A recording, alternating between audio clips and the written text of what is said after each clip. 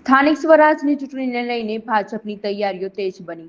રાજકોટ મહાનગરપાલિકા ચૂંટણી માટે ભાજપ મૂર્તિયાઓ શોધશે. રાજકોટ ભાજપ કમલમ કાર્યાલય ખાતે 2 દિવસ સુધી સેન્સ પ્રક્રિયા ચાલશે.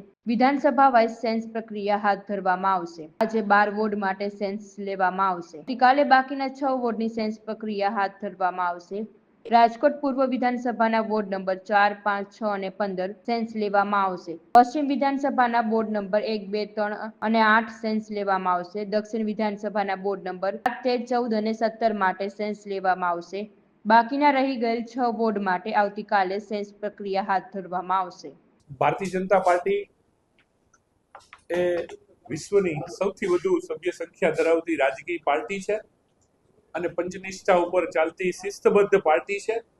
પાર્ટીની એક દરેક કાર્યની એક પદ્ધતિ હોય છે અને એ પદ્ધતિના ભાગરૂપે જ્યારે સ્થાનિક સ્વરાજ્યની ચૂંટણીઓ આવી રહી છે ત્યારે અમારી પરંપરા મુજબ આજે પ્રદેશમાંથી નિરીક્ષકો અત્રે આવ્યા છે અને જે કોઈ પણ કાર્યકર્તા કે જે ભારતીય જનતા પાર્ટી સાથે એકદમ નજીકથી જોડાયેલા છે, પાયાના કાર્યકર છે અને દરેક કાર્યકર્તા હોય એ કોઈ પણ એક ઈચ્છા સાથે રાજકીય પાર્ટીમાં કામ કરતો હોય છે.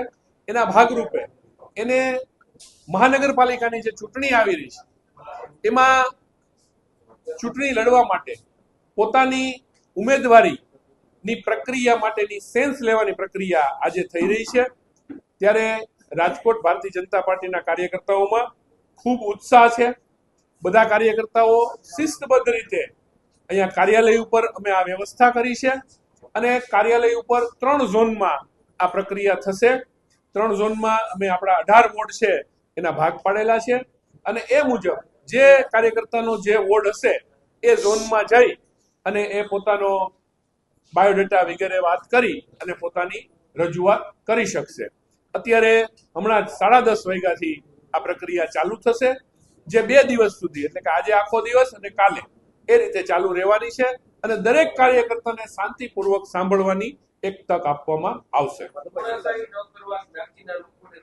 જી, ભારતીય જનતા પાર્ટીમાં દરેક વખતે આ જ રીતની અમારી સિસ્ટમ હોય છે કે ભાઈ દરેક કાર્યકર્તા અમારી માટે ખૂબ અગત્યનો છે અને એની માટે એને કોઈ એવી રજૂઆત કરવા માટે લઈ બધાને લઈ સ્વાભાવિક છે કે દરેકને એમના જે સમર્થકો હોય એમાં ઉત્સાહ હોય એ સ્વાભાવિક છે. પરંતુ ભારતીય જનતા પાર્ટીનો કાર્યકર્તા એક પદ્ધતિ સાથે કામ કરવા ટેવાયેલો છે ત્યારે એના ભાગરૂપે પોતે વ્યક્તિગત આવી અહીંયા અમારી એક પ્રક્રિયા છે ફોર્મ ભરવાની, એ ફોર્મ ભરી અને પોતે પોતાની વાત રજૂ કરી શકશે. મેં પહેલા જ કહ્યું એમ કાર્યકર્તાઓમાં ખૂબ ઉત્સાહ છે. હવે એ હમણાં પ્રક્રિયા શરૂ થાય અને જે રીતે કાર્યકર્તાઓ આવશે અને દરેક કાર્યકર્તા પોતાની રજૂઆત કરશે એ પછી સાંજ સુધીમાં એ વસ્તુ ક્લિયર થશે. આજે જેટલા વોટ છે એનો સાંજ સુધીમાં અમને ક્લિયર ખબર પડી જશે. ના, ફોર્મ મેં વાંચેલું છે, ફોર્મ સરળ છે, કોઈ તકલીફ પડે એવું નથી કેમ કે આ ફોર્મ પહેલી વખત નથી આવ્યું.